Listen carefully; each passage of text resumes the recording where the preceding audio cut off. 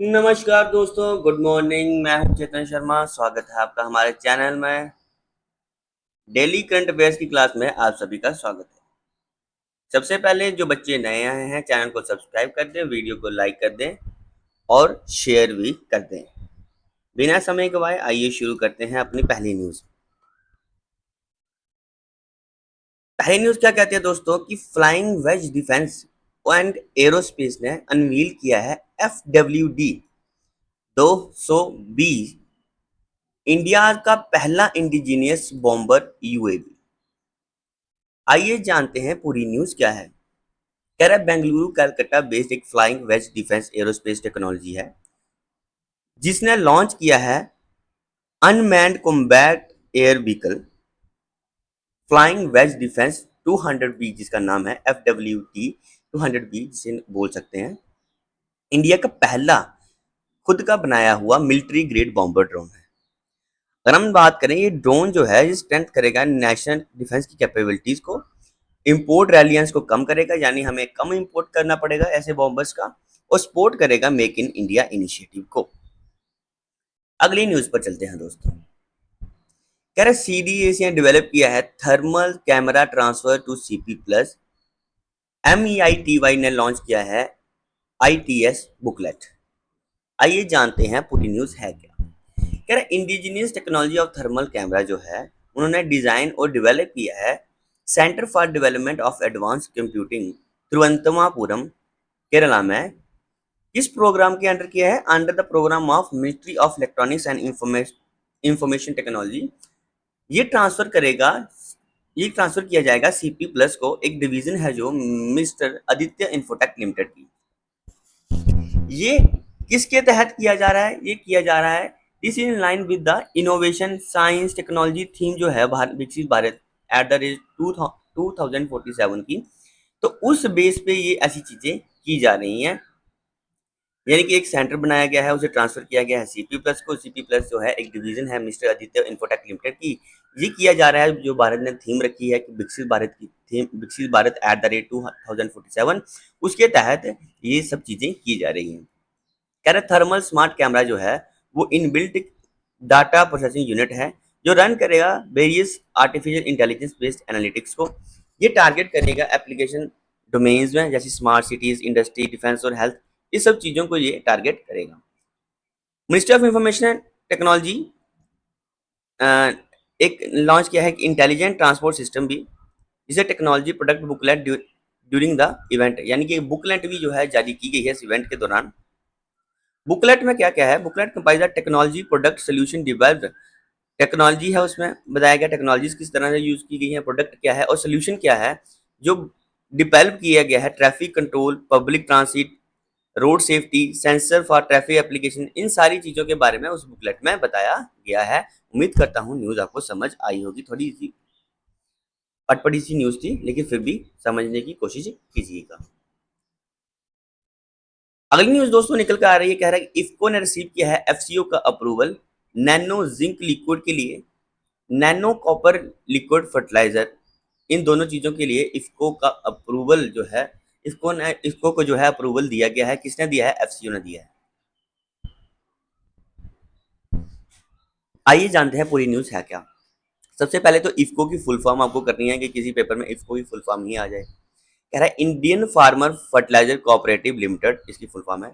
इसने रिसीव किया है FCO। FCO माने फर्टिलाइजर कंट्रोल ऑर्डर का अप्रूवल कि वो लॉन्च कर सके इफ्को नैनो जिंक जो कि लिक्विड है एक, और इफ्को नैनो कॉपर जो भी वो भी क्या है, लिक्विड है, फर्टिलाइजर जो मिटिगेट करेगा जिंक और कॉपर डेफिशिएंसीज को agriculture crops and boost productivity में। दोस्तों इसके बारे में तो आपने सिक्स्थ की साइंस में पढ़ा होगा कि जब किसी चीज को किसी लैंड को बहुत ज्यादा जो है यूज किया जाता है तो वहां पर क्या हो जाता है, न्यूट्रिएंट्स की कमी हो जाती है। तो हम क्या करते हैं, अब जो सिस्टम चल रहा है, हम आर्टिफिशियल फर्टिलाइजर डालते हैं, जिंक डालते हैं, कॉपर डालते हैं। तो उसी को लेकर जो हमारी गवर्नमेंट इस समय है वो ऑर्गेनिक फार्मिंग की ओर जा रही है। तो ये नैनो जिंक लिक्विड या नैनो कॉपर लिक्विड जो दोनों चीजें ये बनाई गई है, ये उस ऑर्गेनिक फार्मिंग का ही एक हिस्सा है। उम्मीद करता हूँ न्यूज के बारे में थोड़ी बहुत जानकारी आपको हुई होगी। इफ्को नैनो जिंक जो है और इफ्को नैनो कॉपर लिमिटेड जो है इसे नोटिफाई किया गया है गवर्नमेंट के लिए, गवर्नमेंट ऑफ इंडिया के द्वारा 3 साल के लिए, यानी कि आने वाले 3 साल के लिए। जिंक और कॉपर जो है एक क्रूशियल माइक्रो न्यूट्रिएंट्स हैं हमारे, जो कि एंजाइम जो हमारे फंक्शनिंग करते हैं प्लांट में उनके लिए। जिंक प्लांट ग्रोथ में हेल्प करता है, उसकी डेवलपमेंट में हेल्प करता है। कॉपर जो है वो हेल्प करता है क्लोरोफिल और सीड प्रोडक्शन में। इसके बाद जो है ये हेल्प करेगा एमेलियोरेट जिंक और कॉपर डेफिशिएंसीज को, जो क्रॉप्स में होती हैं। ये करेगा क्रॉप की यील्ड बढ़ाएगा, क्वालिटी बढ़ाएगा, और इशू जो माल न्यूट्रिशन का है उसको भी बढ़ाया जाएगा। इसी लॉन्च के साथ जो है करीब 5 लिक्विड फर्टिलाइजर प्रोडक्ट्स को जो है रिलीज किया गया, जो कि नैनो टेक्नोलॉजी पर बेस है। अब जो है फार्मर्स के लिए अवेलेबल होगा। बाकी जो 3 है वो है IFFCO nano urea, di ammonium phosphate, nano urea plus. पिछले दिनों एक नैनो यूरिया का एक टेंडर दिया गया है किसी एक कंपनी को। आपको उस कंपनी का नाम बताना है कमेंट सेक्शन में, ठीक है।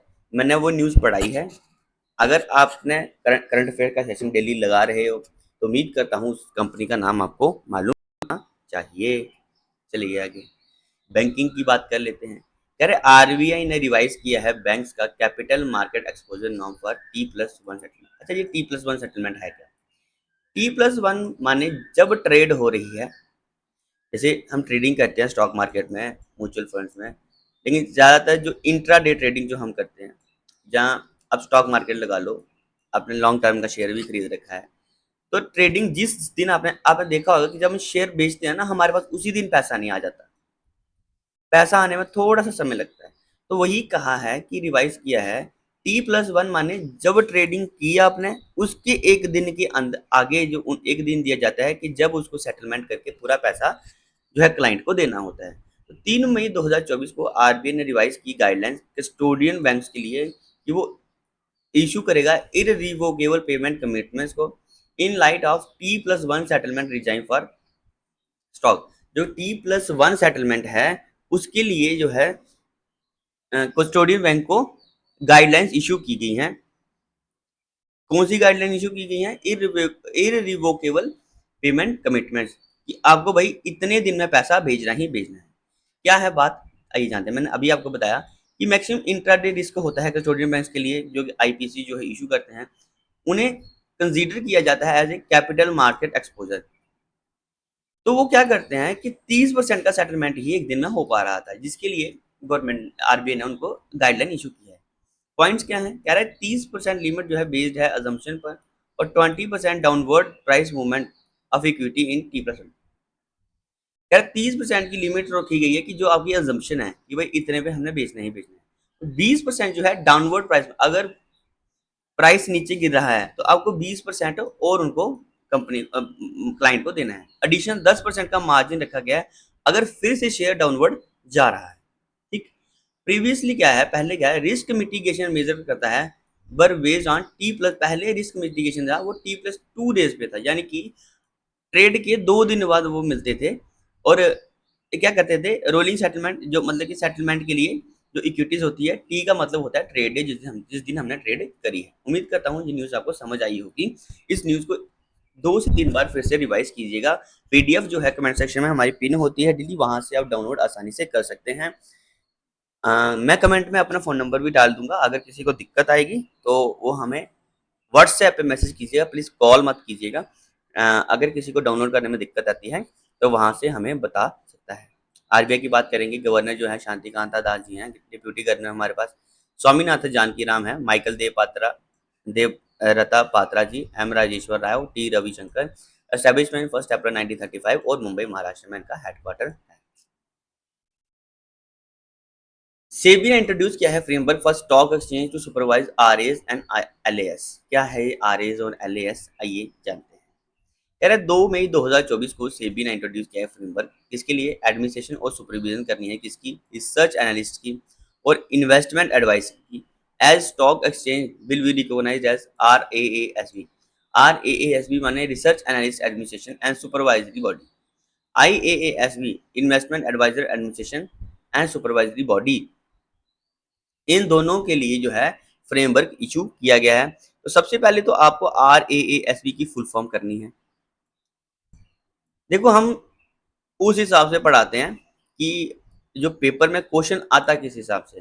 तो आपने देखा होगा मैक्सिमम हमारे पास यही आता है, जो स्टैटिक फैक्टर हम साइड पे लिखे होते हैं वो बहुत इंपॉर्टेंट रहते हैं। तो डेली करंट अफेयर करने का यही मतलब है कि आपके स्टैटिक अफेक्ट जो है वो स्ट्रांग हो, ताकि जो सिंपल क्वेश्चन आए वो आपसे ना छूटे। जो out of the box question है वो छूट भी जाता है, उसकी कोई दिक्कत नहीं है, लेकिन अगर सीधा सीधा क्वेश्चन छूट रहा है तो फिर वहां पे दिक्कत आती है, वहां पे आप कंपटीशन में बिल्कुल ही बाहर हो जाते हो। तो करंट अफेयर्स आप नोट्स मत बनाओ, नोट्स हम आपको दे रहे हैं, लेकिन ये है कि आप क्लास डेली लगाओ। क्लास लगाने से क्या होगा कि आपके डेली के स्टैटिक इफेक्ट जो हैं वो आपके रिवाइज होते रहेंगे। चलिए शुरू करते हैं। तो ये फुल फॉर्म्स आपको याद करनी है, कोशिश करनी है कि याद हो जाए, ताकि जब एग्जाम में आए तो आपको पता चले कि हाँ ये इसी की फुल फॉर्म है। ठीक है ना। तो क्या किया, हाँ एडमिनिस्ट्रेशन सुपरविजन करनी है किसकी, रिसर्च एनालिस्ट की और इन्वेस्टमेंट एडवाइजर की। ये फ्रेमवर्क बनाया गया है सिक्योरिटीज कंट्रैक्ट रेगुलेशन एक के तहत, जो कि stock exchange and clearing corporation amendment है रेगुलेशन 2024 की। ये की गई थी 26 अप्रैल 2024 को, जिसमें रेगुलेशन 30A को परमिट किया गया था कि भाई आपको रिकॉग्नाइज करना है स्टॉक एक्सचेंज को और अंडरटेक करनी है एक्टिविटीज किसकी, एडमिनिस्ट्रेशन और सुपरविजन की, जिसमें उसकी टर्म्स एंड कंडीशन लिखी रहनी चाहिए। ये इफेक्टिव हो जाएगा 25 जुलाई 2024 से। उसकी इंफॉर्मेशन सेबी ने प्रोवाइड कर दी है अपनी कौन सी पावर्स, पावर्स जो सेबी के पास है section 11(1) of the SEBI act 1992, जिसे रीड किया जाता है regulation 14 of RA regulation act और आईए यानी कि investment advisers regulation to protect the interest of investor के इंटरेस्ट को प्रोटेक्ट करने के लिए और प्रमोट करने के लिए डेवलपमेंट ऑफ सिक्योरिटी मार्केट। उम्मीद करता हूँ न्यूज आपको समझ आई होगी। एडीबी ने एग्री किया है कि वो रिप्लेनिश कर देगा, खत्म कर देगा 5 बिलियन किसके लिए, ADF-14 और TASF-8। क्या है ये दोनों चीजें, आइए जानते हैं। यार एडीएफ एडीबी ने बोला है और उसके डोनर्स ने बोला है, एग्री हो गए हैं कि हम अपने जो $5 बिलियन हैं वो खत्म कर देंगे किसके लिए, एशियन डेवलपमेंट फंड के लिए 14, और टेक्निकल असिस्टेंस स्पेशल फंड 8 जो है उसके, उसका जो 5 बिलियन है वो हम खत्म करने वाले हैं। क्यों करने वाले हैं, कह रहे डिसीजन लिया गया है। जो 57 एनुअल मीटिंग जो हुई है यूएसए में, कह रहा ADF-14 जो है वो 13 रिप्लेनिशमेंट है एडीएफ की, जो सपोर्ट करेगा ग्रांट ऑपरेशन को 2025 से 2028 तक। तो मोटा मोटा कहने का मतलब कि 5 बिलियन की ग्रांट से एडीबी देने वाला है 25 से लेकर 28 तक। और TASF-8 है वो ग्रांट्स देता है इसके लिए प्रोजेक्ट बनाने के लिए, बिल्डिंग कैपेसिटी और टेक्निकल पॉलिसी, ये सब चीजें बनाने के लिए ग्रांट्स TASF-8 देता है। एडीबी का स्टैटिक इफेक्ट दोस्तों क्या है, प्रेसिडेंट है मासा टुसुगु असाकावा जापान से है जी। हेडक्वार्टर इनका है मांडा New York city Manila the Philippines में। मेंबर नेशन इसके हैं 68, जो कि 49 जो हैं मेंबर हैं वो एशिया के हैं और बाकी के पैसिफिक, 49 इसमें से एशिया पैसिफिक रीजन से और बाकी के बाहर के हैं। एस्टेब्लिशमेंट इसकी की गई थी 1966 में। अपॉइंटमेंट से रेजिग्नेशन पढ़ लेते हैं, कुछ इंपॉर्टेंट अपॉइंटमेंट्स हुई है हमारे पास। कहना है अतानु चक्रवर्ती को रीअपॉइंट किया गया है पार्ट टाइम चेयरमैन किसका, independent director of HDFC bank. नाम याद रखना है, अतानु चक्रवर्ती नाम है, क्या किया गया, रीअपॉइंट किया गया है, पार्ट टाइम चेयरमैन है independent director of HDFC bank. तो 3 साल के लिए किया गया है। कब से लेके कब तक, 5 मई 2024 से लेके 4 मई 2027 तक ये इंडिपेंडेंट डायरेक्टर HDFC बैंक के रहने वाले हैं। ठीक है बच्चे, स्टडी फैक्ट की बात कर लेते हैं। इसमें इनके बारे में कुछ लिखा है, ये आप नोट्स में पढ़ लीजिएगा। स्टडी फैक्ट क्या है, MD CEO हमारे पास शशिधर जगदीशन जी। तो ये डिफरेंस आपको याद रखना है। देखो किसी कंपनी में सिर्फ MD CEO होता है टॉप पोजीशन, लेकिन किसी कंपनी में जो होता है चेयरमैन होता है और किसी कंपनी में जो होता है चेयरमैन से ऊपर प्रेसिडेंट भी होता है। तो वो अलग अलग नाम होते हैं। हम क्या करते हैं, किसी एक की टॉप पोजीशन को याद कर लेते हैं और फिर हमसे पूछ पूछो लिया जाता है, जिससे हमारे लिए दिक्कतें पैदा हो जाती हैं। ठीक है ना। तो ध्यान देना है। जैसे यहाँ पे क्या किया, रीपॉइंट किया गया चेयरमैन, तो इसका मतलब यहाँ पे चेयरमैन जो है ना, चेयरमैन जो है वो अतानु चक्रवर्ती जी है बच्चे, और MD CEO जो है वो शशिधर जगदीशन जी हैं। इस बात का ध्यान रखना है खास आपको। हेडक्वार्टर मुंबई महाराष्ट्र में, इनकॉर्पोरेट किया गया 1994 में। टैगलाइन है वी अंडरस्टैंड योर वर्ल्ड। थोड़ी टाइपिंग मिस्टेक है, उसके लिए हम माफी आपसे मांगते हैं।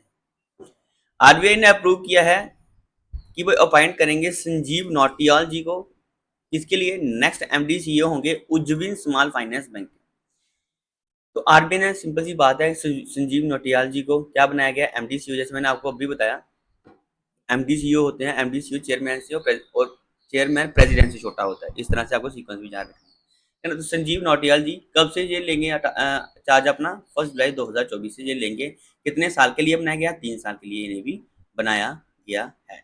उज्ज्वल स्माइल फाइनेंस मैन की बात कर लेते हैं बच्चे। पार्ट टाइम चेयरमैन है बनावर अनंत रमैया प्रभाकर जी, हेडक्वार्टर बेंगलुरु कर्नाटका में है। 2017 में इसे बनाया गया था। बिल्ड बेटर लाइफ इसका इनकी टैगलाइन है। नेक्स्ट न्यूज दोस्तों निकल कर आ रही है कि मलिका नड्डा ने अपॉइंट किया है चेयरपर्सन ऑफ स्पेशल मलिका नड्डा को अपॉइंट किया गया है chairperson of special Olympic Asia Pacific advisory council का। तो सिंपल सी न्यूज है कि मलिका नड्डा को अपॉइंट किया गया क्या? चेयरपर्सन किसका? Special Olympic Asia Pacific advisory council का। ठीक है ना। इन्हें भी 3 साल के लिए किया गया और 1 मई से ये चार्ज ले लेंगी। 31 मार्च 2027 तक ये अपनी पोजीशन पर बनी रहेंगी। रोल्स एंड रिस्पॉन्सिबिलिटी क्या रहेंगी कि मलिका नड्डा जी जो है वो रिप्रेजेंट करेंगी सारी special Olympic Asia Pacific committee को और इस रीजन को, जिसमें करीब 34 कंट्रीज होंगी, हमारे पास 34 कंट्रीज होंगी। वो she will be the SO Bharat representative. तो एक भारत की रिप्रेजेंटेटिव है ऑन एपीएसी एसओ और भारत परमानेंट मेंबर है एपीएसी का। तो ये क्वेश्चन जो है थोड़ा सा टिपिकल क्वेश्चन बन सकता है यहाँ से कि भैया इंडिया इज द टेम्परेरी और permanent member of the APAC. तो आपको याद रखना है इंडिया परमानेंट मेंबर है इसका। ठीक है। तो अगर बात करेंगे स्पेशल ओलंपिक भारत की, तो फाउंडर हैं इसके एयर मार्शल डेंजिल किलोर जी, प्रेसिडेंट है मलिका नड्डा जी, अभी बताया इंडिया से हैं ये। हेडक्वार्टर इनका है न्यू दिल्ली, दिल्ली में। कह रहे डॉक्टर शुभांशु शेखर आचार्य जी को दिया गया है चार्ज किसका? सीएमडी ऑफ एनएसआईसी का। एनएसआईसी माने national small industry corporation limited. तो एक मिनी रत्ना कंपनी है, कैटेगरी 2 की है, गवर्नमेंट ऑफ इंडिया के अंदर आती है। मिनिस्ट्री ऑफ माइक्रो एमएसएमई के अंदर, micro small and medium enterprise के अंदर आती है। ठीक है ना। तो किसे बनाया गया है? डॉक्टर शुभांशु शेखर जी को। डॉक्टर शुभांशु शेखर आचार्य पूरा नाम ही इनका। तो इन्होंने चार्ज लिया है। ये क्या बने हैं? सीएमडी बने हैं एनएसआईसी के। बस सिंपल सी बात है। ये रिप्लेस करेंगे विपुल गोयल को, जॉइंट सेक्रेटरी हैं जो एमओएमएसएमई के। और ये सब करेंगे सीएमडी, सब कर रहे हैं सीएमडी सिंस जुलाई 2023। इसकी इनकी अपॉइंटमेंट से पहले शुभ्रांशु शेखर जी जो आचार्य थे वो सब कर रहे थे chief GM small industry SIDBI के थे ये। न्यू दिल्ली 2022 तक ये वहाँ पर रहे। 2022 से सॉरी वहाँ पर सब कर रहे थे शुभ्रांशु शेखर जी। अगर हम एनएसआईसी की बात करें, सीएफडी अभी मैंने बताया कि शुभ्रांशु शेखर जी को बनाया गया है। 1955 में ये बना था। हेडक्वार्टर न्यू दिल्ली, दिल्ली है। वाइस एडमिरल कृष्ण स्वामीनाथन ने एज्यूम किया है चार्ज किसका? वाइस चीफ बने हैं जी नेवल स्टाफ के। तो 1 मई 2024 को एडमिरल कृष्ण स्वामीनाथन ने चार्ज किया था vice chief of naval staff का। तो कृष्ण स्वामीनाथन नाम याद रखना है। पहले वो क्या थे? Chief of personnel. He previously served as the chief of the personnel of the naval headquarter. पहले वो चीफ ऑफ पर्सनल रह चुके हैं नेवल हेडक्वार्टर के न्यू दिल्ली में। उन्होंने रिप्लेस किया है दिनेश के त्रिपाठी जी को, जो कि क्या बन गए हैं? चीफ बने हैं अभी रिसेंटली। और जो कि हाँ ये लिखा भी है कि चीफ ऑफ नेवल स्टाफ जो रिसेंटली बने। साइंस एंड टेक्नोलॉजी की थोड़ी सी बात कर लेते हैं दोस्तों कि जर्मन कंपनी है जिसका नाम है हाइलम पल्स। उन्होंने लॉन्च किया है candle wax powered rocket on a test flight into space में भेजा गया है। तो रॉकेट का नाम क्या है दोस्तों? SR-75 नाम रखा गया है। साइट कहाँ से लॉन्च किया गया था? कुनिबा, साउथ ऑस्ट्रेलिया से ये लॉन्च किया गया था। तो हाइलम पल्स नाम से एक wax powered candle wax powered rocket था जिसका नाम था SR-75, जिसको कुनिबा साउथ ऑस्ट्रेलिया से लॉन्च किया गया। ये पहली बार था कि रॉकेट जो है कमर्शियल सैटेलाइट लेके जा रहा है test supported flight into the space. ठीक है ना। कह रहे हैं की फीचर क्या है? देखो आजकल ये बहुत पूछा जाता है, लेंथ कितनी है, कितना वो लोड लेके जा सकता है। तो रॉकेट की लेंथ है 12 मीटर की, लॉन्ग है, वेट है उसका 2.5 टन का, सिंगल स्टेज रॉकेट है ये। और रॉकेट की बात करेंगे, कैपेसिटी ये लेके जा सकता है करीब 250 किलो तक की सैटेलाइट ये लेके जा सकता है और 250 किलोमीटर तक ये चल सकता है, हाइट ये पकड़ सकता है। उसके बाद कह रहा है कि ये इसे जो फ्यूल डाला गया है वो पैराफिन डाला गया है जो कि कैंडल वैक्स है, और लिक्विड ऑक्सीजन भी डाली गई है। पैराफिन यूज की जाती है फ्यूल फॉर रॉकेट बिकॉज क्योंकि ये कॉस्ट इफेक्टिवनेस है और ये हेल्प करेगी ट्रांसपोर्टेशन कॉस्ट को 50% तक कम करने में। ये सेफर अल्टरनेटिव भी है जो कि फ्यूल्स रॉकेट में डाला जाता है। इंपॉर्टेंट डेज दोस्तों पढ़ लेते हैं कि इंटरनेशनल फायर फाइटर्स डे हुआ मई 4 को। ये एनुअली ऑब्जर्व किया जाता है 4 मई को। जो सेक्रीफाइस फायर फाइटर्स हमारे लिए करते हैं और ऑनर उनके ऑनर के लिए आईएफएफडी ने इसे रिसेंटली ऑनर किया है उन लोगों को जिन्होंने अपनी ज़िंदगी गंवा दी थी लाइन ऑफ ड्यूटी पर और एक्सप्रेस किया gratitude for ongoing dedication of fire fighting personal जो अभी भी जो है हमारे लिए से हमारी सेवा कर रहे हैं। 4 जो मई है वो मार्क करता है डॉक्टर फ्लोरेंस का डे है। डॉक्टर सेंट फ्लोरेंस जो है वो एक पैटर्न सेंट थे फायर फाइटर के और हाई रैंकिंग थी उनकी Roman army officer. International leopard day मनाया जाता है दोस्तों, इंपॉर्टेंट डे है। 3 मई को ये मनाया जाता है। किसके लिए मनाया जाता है कि हमें अवेयरनेस जो है बढ़ानी है लेपर्ड्स की प्रोटेक्शन के लिए। लेपर्ड का जो है बायोलॉजिकल नेम है पैंथरा पार्डस है। ठीक है दोस्तों, लेपर्ड जो है पावरफुल बिग कैट्स है जो क्लोजली रिलेटेड है लाइन टाइगर्स जैगुआर्स की तरह हमें दिखते हैं। ये सब Saharan North Africa Australia India China में सब जगह मिलते हैं लेपर्ड्स। ये इंपॉर्टेंट है, ये पॉइंट इंपॉर्टेंट है, इसे जितने स्टार मार्क करने कर लो कि भैया ये वल्नरेबल है इंटरनेशनल यूनियन के IUC union for conservation nature यानी आईयूसीएन के रेड लिस्ट में जो पाए जाते हैं सर्टेन स्पीशीज में जो हैं और विद सम कुछ तो सब स्पीशीज ऐसी हैं वो क्रिटिकली एंडेंजर्ड है हमारे पास। लेपर्ड के A to C degradation vulnerable का दिया गया है कि यानी कि इनका हैबिटेट लॉस हो रहा है, प्रे भी लॉस हो रहा है और एक्सप्लॉइटेशन भी इनका किया जा रहा है। लेपर्ड जो है वाइडर स्टेज में पाए जाते हैं हैबिटेट्स में among old white cats they are found in over 60 countries Eurasia and Africa. दोस्तों आपको ये बताना है कमेंट सेक्शन में, क्वेश्चन याद रखिएगा कि भारत में कौन सी स्टेट में सबसे ज्यादा लेपर्ड पाए जाते हैं। ठीक है, आ जाते हैं आज के एमसीक्यूज पर।